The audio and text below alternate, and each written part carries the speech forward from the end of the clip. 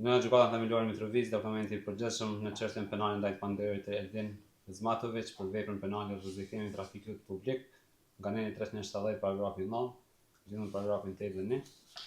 Sot me datën 19 janar 2026, në praninë e mbrojtjes të Panderit, përfaqësuesit e palëve të dëmtuara dhe të dëmtuarve, mori dhe publikisht polli këtë aktgjykim.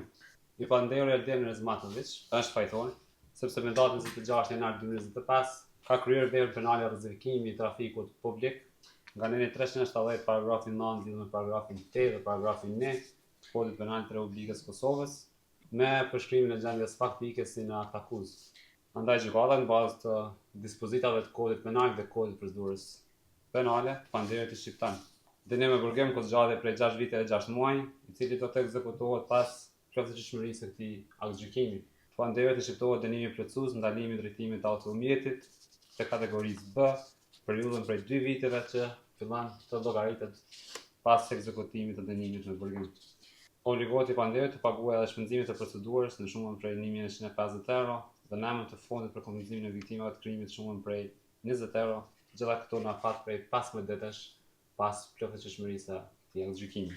Dëmtuarit familja Gashi, Nezira dhe Fotoko për realizimin e kërkesës pasurore juridike udhëzohen në kontekst të rregullt juridiko-civil, ndërkaq të dëmtuarit Aldis Vrevic, Binela Hamzic dhe Damir Eko kanë hequr dorë nga kërkesa pasurore juridike.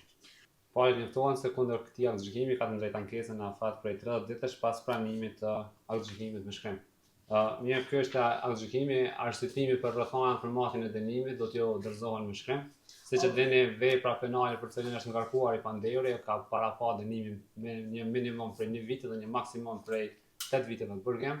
Gjykata i ka vlerësuar gjitha rrethanat e lehtësuese dhe rënduese dhe ka ardhur në konstatimin dhe përfundimin të shqiptohet ky lloj aktgjykimi.